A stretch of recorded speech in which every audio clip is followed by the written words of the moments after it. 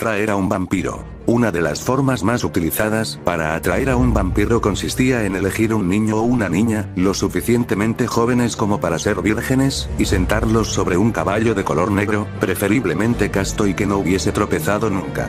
Se llevaba al caballo al cementerio y se lo hacía pasar sobre las tumbas sospechosas de albergar a un no muerto. Si el animal se rehusaba a pasar sobre una de ellas era una clara señal de que allí estaba enterrado un vampiro. Acto seguido, se sentaba a los niños sobre la lápida y luego se les llevaba a un lugar seguro. Cuando cayese la noche el vampiro seguiría invariablemente el rastro odorífero dejado por los infantes, y de este modo caería en una trampa letal.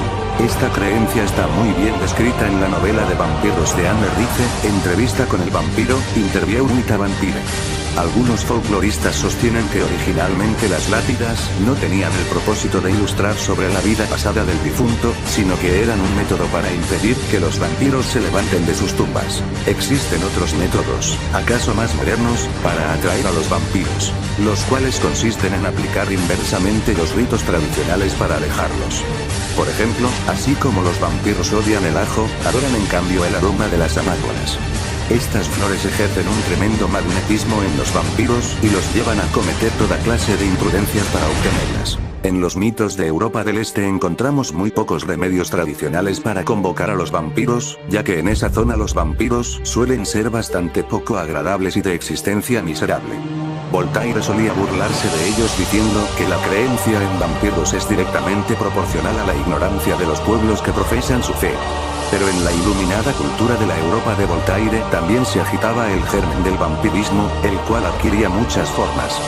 Las leyendas fueron ganando en sutilezas, en pequeñas contradicciones y desarreglos que aumentaron lentamente la creencia en los vampiros. Se empezó a considerar que los vampiros pueden ingresar en una habitación solo cuando la víctima los invitaba, conscientemente o no. Veamos algunas formas en las que un vampiro podía presentarse en el lecho de una dama. No era necesaria la ausencia de objetos religiosos.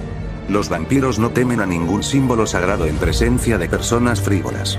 Solo los aborrecen cuando las cruces y relicarios operan como catalizadores en manos de hombres de probada fe. Las rosas, en cambio, producen en los vampiros un fuerte rechazo, especialmente las blancas. Tampoco es recomendable tener un recipiente con agua en la habitación, particularmente cerca del lecho, ya que los vampiros no pueden cruzar ningún límite marcado con agua. Y esto funciona, dentro de la leyenda claro, tanto para los ríos como para un simple vaso con agua. Es importante destacar que una vez que el vampiro se ha hecho presente, tanto la ignota dama como él son igualmente responsables por el bienestar del otro. Nos explicamos. Así como el vampiro necesita una invitación a entrar en una casa, también requiere una autorización para abandonarla. Motivo por el cual, los vampiros suelen alimentarse visitando el cuarto de sus amantes, pero jamás les dan muerte dentro de aquellos límites, ya que sin la autorización de la víctima, el vampiro no podrá abandonar el lugar. Es así que la mujer y el vampiro deben complementarse. Él le hará sus deseos más recónditos, incluso de los que ella no es enteramente consciente, y saciará todos sus apetitos a medida que bebe su sangre. Ella le ofrecerá el cáliz de su cuello. Se irá diluyendo entre sus abrazos, pero el placer será apenas una anticipación, un preludio, jamás terminará de consumarse. Y cuando la sombra del vampiro abandone la habitación, nuestra desconocida dama creerá haber tenido un sueño espantoso, sentirá sobre sus labios los ecos de un beso frío, helado como la tumba. Su cuerpo temblará, sus dedos recobrarán la textura etérea de un cuerpo lívido que se niega a permanecer en la memoria. Nadie que haya sido mordido por un vampiro recordará plenamente la experiencia, y mucho menos el rostro de su siniestro visitante. La noche será como una pesadilla agitándose en un rincón inaccesible de la mente. ¿Sucedió aquello? ¿Fue un sueño? Se preguntará razonablemente. Podemos imaginar a esta mujer hipotética luchando por conciliar el sueño, con la mente atribulada por dudas y un horror que se resiste a ser evacuado por la lógica.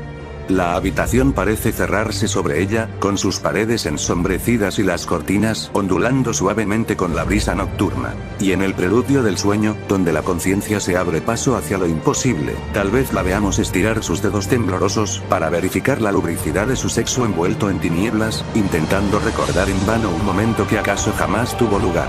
Entonces verá, sobre la blanca palidez de las sábanas, una diminuta perla púrpura, la joya roja de sus venas, y ya no habrá más incertidumbre.